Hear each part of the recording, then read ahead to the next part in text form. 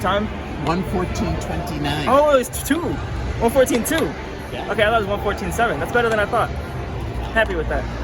You look pretty unimpressed when you were crossing the finish line, though. Because I knew I wasn't going to get it, and that was kind of me saying, sorry, I knew I messed up. First 300 was slow. That's on me, and that was just kind of like an apology of saying I didn't give it what I should have the first 300. I didn't put myself in the right position, and I always beat through my head.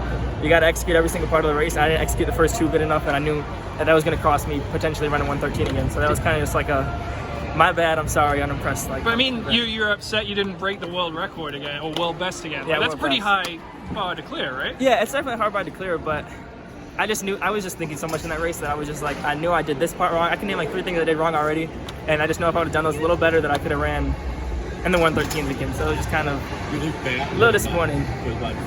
Because I saw on the screen there was a gap, but I didn't know if it was like a delayed gap or not. So I was like, is that right? And I looked back and it was right. So then I think it was with like 150 to go or something like that. So, But for the first race of the year, that's flying. yeah, I was happy with it.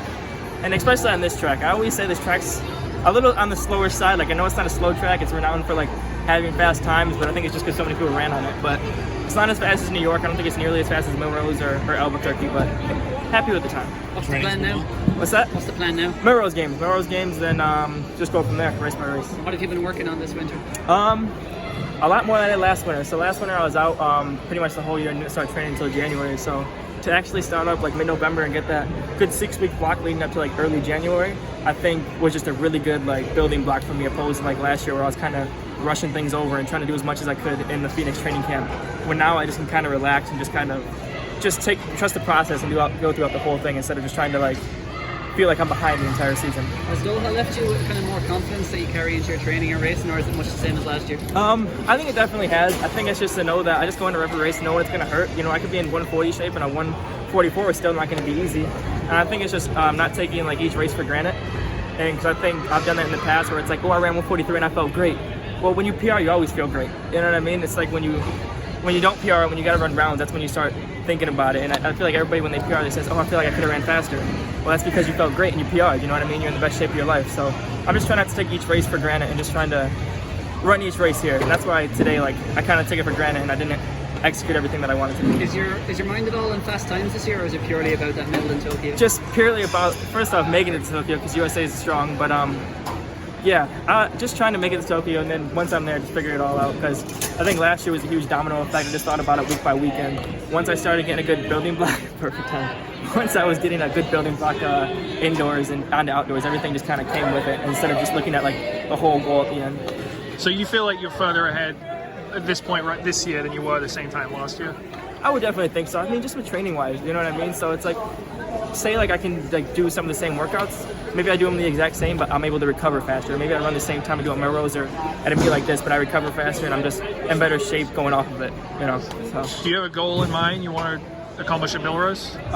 Just trying to win. Just trying to win as many races as possible. I'd like to come out on a professional career with more wins than losses, and I think I'm on a good pace to do that so far, but just trying to win. How do you translate your training intense, like given it is this year? Nothing at all, actually. I think ever since I joined Oregon Project and we deterred off of there, and now I'm just with Pete Julian. I think my training's actually been easier than it was at A&M, which is kind of weird. My mileage has gone up maybe 10 more miles a week, but overall I feel like I just feel more fresh for things and stuff like that. What did it feel like? Did you watch when they played your race from Doha on the screen? No, I just heard it. I was there, so I knew what happened, but I wasn't really paying attention then. I was just like, now more pressure. Now I know I have a bigger target on my back, and that's just a reminder that the target's there and people recognize that. Right. Well, they're going to be announcing every meet you go to the rest of your life. Yeah, they're going to be saying good. 2019 world champion. Even if I do nothing else the rest of my career, at least I have that. But no, I'd like to get more accolades in the route. But yeah, for now I feel like I'm in a good direction. Yeah, I can't help but notice earlier in this interview you said, if I'm in 140 shape but I run 144, 140 shape, is that something you think we can see this year, next year? I think that's what everybody, that's what any 100-meter runner is, to be the best 100-meter runner you can possibly be, whether that's from high school or being a professional. You know, there's always someone better than you. The only guy that can say that is David Rudisha. But that's the beauty of track and field. It's like, yeah, I won last year, but there's so many more things you can possibly do. I got more medals to win, I got records to break, and I have so much more to do in the sport. How did you translate the win in Doha to your confidence level? It was definitely like a short-lived glory. Like I didn't really get to like enjoy it as much as I did because it was in October, and I had to start my training back in mid-November. But I got my head in the right space. I did some fishing, did some hunting, and just kind of enjoyed my downtime outside of track and field. Did you do anything to celebrate? I went to there was a bachelor party with Clayton. Clayton and Ari got married this past December. There was a bachelor party in Miami, so that was a lot of fun. Any stories we can tell from Not that that? I can tell, no, but there's a lot of stories there. All right. Well, nice job tonight. Thanks, Tom.